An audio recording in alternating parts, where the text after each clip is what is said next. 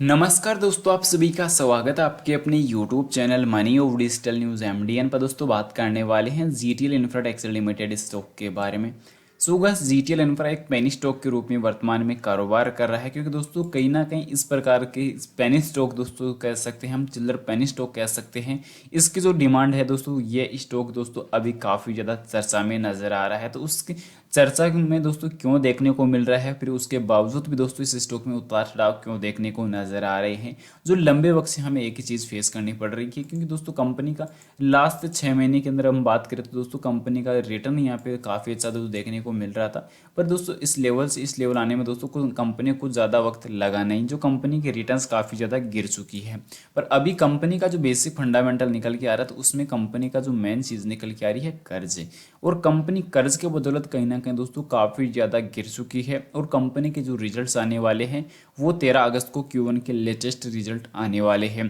पर अभी कंपनी ने दोस्तों इस रिजल्ट के लिए अगर हम बात करें तो दोस्तों रिजल्ट किस डेट के अलावा कुछ और अभी तक अनाउंसमेंट की नहीं है। जैसे हम मान सकते हैं कि डिविडेंड बोनस पर इस चीज़ के लिए कोई अपडेट आया नहीं है।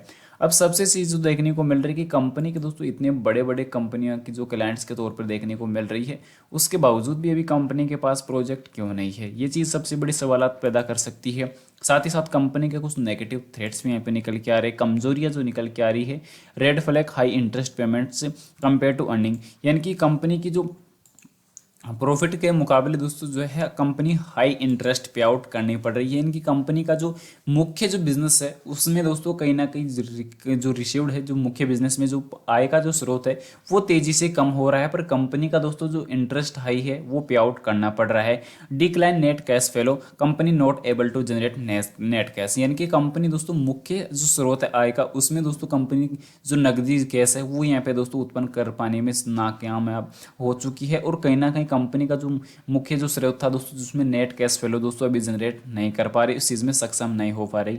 Poor cash generate from core business, declining cash flow for operations for last 2 year. Company का दोस्तों जो है कंपनी अपनी मुख्य बिजनेस से भी दोस्तों अगर यहाँ पे देखा जाए तो मुख्य बिजनेस में कंपनी जो है नकदी प्रवाह जो है नकदी जो है यहाँ पे अर्जित नहीं कर पा रही। मुख्य बिजनेस से कंपनी को रेवेन्यू रिसीव्ड नहीं हो रहा। बुक वैल्यू पर डिटर्निंग लास्ट 2 ईयर, यानी कि बुक वैल्यू में भी दोस्तों गिरावट हमें देखने को मिली है पिछले 2 साल के अंदर। और कंपनी के पिछले 4 क्वार्टर रिजल्ट के अंदर कंपनी में दोस्तों जो है जो मुख्य जो रेवेन्यू है उसमें भी गिरावट नजर आई है। Company with high promoters build, company के 100% शेयर गिरवी रखे हुए हैं, सबसे मेन चीज़ देखने को मिल रही है। और कंपनी के दोस्तों जो decline profit every quarter for past 3 year, ये फर्स्ट 3 रिजल्ट से, यानी कि कंपनी के हर रिजल्ट के अंदर दोस्तों लॉसेस ही देखने को नजर आए हैं। और पिछले 3 रिजल्ट्स के अंदर तो कंपनी का लॉस बढ़ता हुआ ही देखने को नजर आया है। तो ये चीज़ें कहीं ना कहीं कंपनी के अंदर एक बार फिर से एक कमजोरी के तौर पर जानी जा रही है। पर उम्मीदन अब दोस्तों एक चीज़ जो निकल के आ रही है कि कंपनी को बीएसएनएल से उम्मीद काफ़ी है। अब बीएसएनएल से दोस्तों जो है टावर इंस्टॉलेशन को लेकर मुख्य जो अभी प्रोजेक्ट आने की जो उम्मीद है वो देखने को मिल रही है कि कहीं ना कहीं दोस्तों जो है बीएसएनएल कंपनी को दोस्तों जो है कई गांवों के अंदर, कई दोस्तों छोटे कस्बों के अंदर अभी दोस्तों बीएसएनएल के अवेलेबल जो टावर्स नहीं है मौजूदा समय के अंदर दोस्तों, खासकर टावर्स अवेलेबल नहीं है।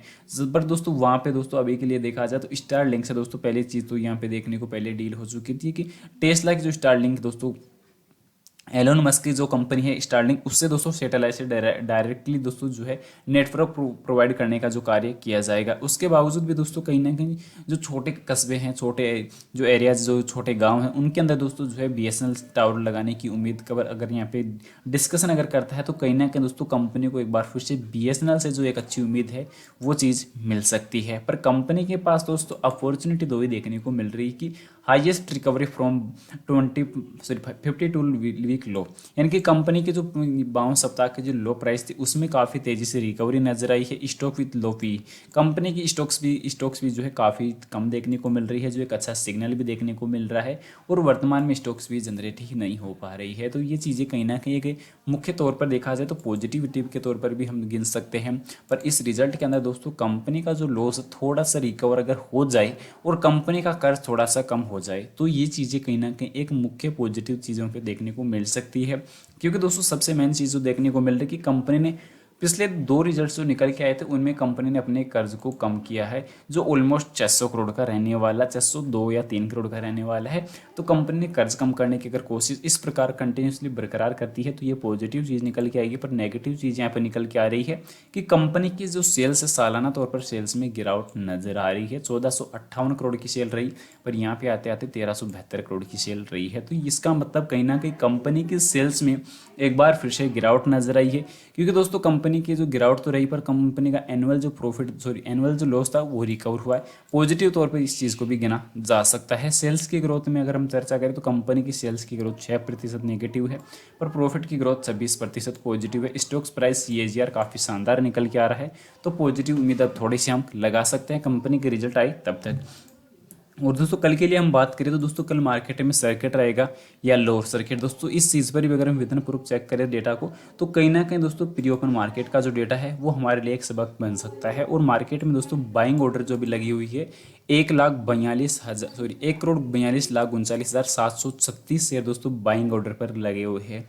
और उसके साथ साथ 17,52,989 शेयर दोस्तों सेलिंग पर, यानी कि दोस्तों बाइंग ऑर्डर के मुकाबले दोस्तों जो है सेलिंग ऑर्डर की जो क्वांटिटी है वो हाफ ही है। तो इसका मतलब कल अपर सर्किट रहने वाला है। तो फिलहाल उम्मीद करता हूँ जानकारी आप लोगों को पसंद आई होगी। पसंद आई वीडियो को लाइक कर देना, चैनल पर नए हो दोस्तों चैनल को सब्सक्राइब कर देना और जानकारी को ज़्यादा से ज़्यादा शेयर जरूर से कर देना। और आपकी नज़र में कोई पेनी स्टॉक हो तो उसकी जानकारी कमेंट में पिन कर देना, एनालिसिस करके आपको जल्दी बता दिया जाएगा। मिलते हैं नेक्स्ट अमेजिंग वीडियो के साथ, तब तक के लिए इजाजत दीजिए। जय Shri Krishna, thanks for watching this my video. जय हिंद, जय भारत, वंदे मातरम।